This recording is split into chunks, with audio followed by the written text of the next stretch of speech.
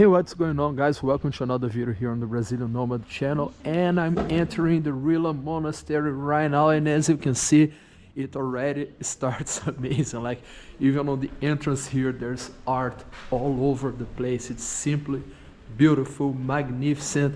And check this out, once you get here, it gets even more incredible, because it's not only a beautiful monastery, but you can also see the mountains with snow on the top. And I'm going to explore a little bit here today and show you more about the monastery. So stay tuned to the end of the video, because I'm pretty convinced that this video is gonna make you want to come here to Bulgaria. And one of the first things you can notice here is the same thing that I said in all the other videos about Bulgaria. It's not so touristic. Of course there are some tourists around here, but I don't know, like, we have places in Brazil that they are like far less interesting, and we have 10 times the number of tourists they have here.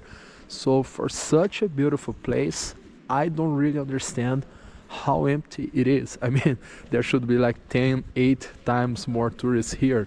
Well, the good thing is, until it becomes more popular, we can just enjoy and come here without too many people around, and we can get to see it much better. The monastery was built on the 10th century, so more than 1,000 years ago. Of course, it has probably been renewed lots and lots of times, and this is, according to my research, the most important touristic spot of Bulgaria. I think it belongs to that UNESCO thing that I don't really know how to explain. And as you can see, there are like paintings all over. I can't really go inside there and record because they have signs here asking for not, so I'm not going to be disrespectful, of course, but taking a look outside here, it's just incredible. There are like so many colors. There's art like all over. It's it's pretty much like they use every centimeter they have available to make it more beautiful. They don't have like one empty space here, and probably took a long time to paint all of that.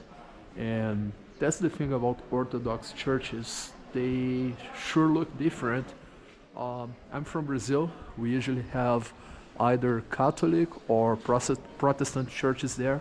We don't really have Orthodox churches, so they certainly look different to me. But you know, good different, because that's like a work of art here. Wow. Check this out, there's so much to see. We're gonna be here for like 1 hour. I'm not so sure if it's enough, but I'll try to do my best here. And to get here on Rila Monastery, it's very easy. There are lots of tour vans and tour buses departing from Sofia to Rila. It's basically a 2 hours drive, and you're also going to enjoy a very nice view for those 2 hours. And they usually let you hang around here for 1 hour, 1 hour, 20 minutes. Man, this is so incredible. I mean, look at this place. Wow. The church itself is just undescribable, but the whole structure around, and there's also a lot of nature. And be careful, because it's a bit colder than Sofia here, so when you come here, make sure to get more warm clothes, because there's a temperature difference from the capital to here. And another cool thing is that they have those water fountains here, and you can actually taste, it's like super fresh water, probably comes directly from the mountains up there. And talking about the mountains there, I heard they are like the highest mountains in the entire Balkans. The Rila Mountains, they are nearly 3,000 meters tall, so that makes them the highest ones you have in the entire Balkans. And as I showed in the beginning, you get to see the top of them. They still have some ice there, and once you're here inside the monastery, you're free to walk around. You just can't film inside the church, which pretty much like what they ask in any church you go, so we gotta be respectful. But outside the church, you can film, you can talk, you can photograph, you can do anything.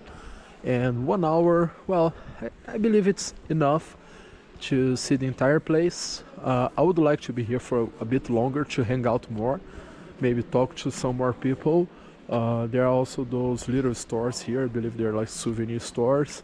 And wow, please come here because you're never gonna regret. So that's it. I hope you guys liked the video, and I hope that you eventually come here because that's a great trip and it totally worths. And make sure to subscribe here and also reach me out on the other social networks. I'm in all of them, so you can just search for the Brazilian Nomad and you're gonna find me there. Thank you for watching the video and see you on the next one.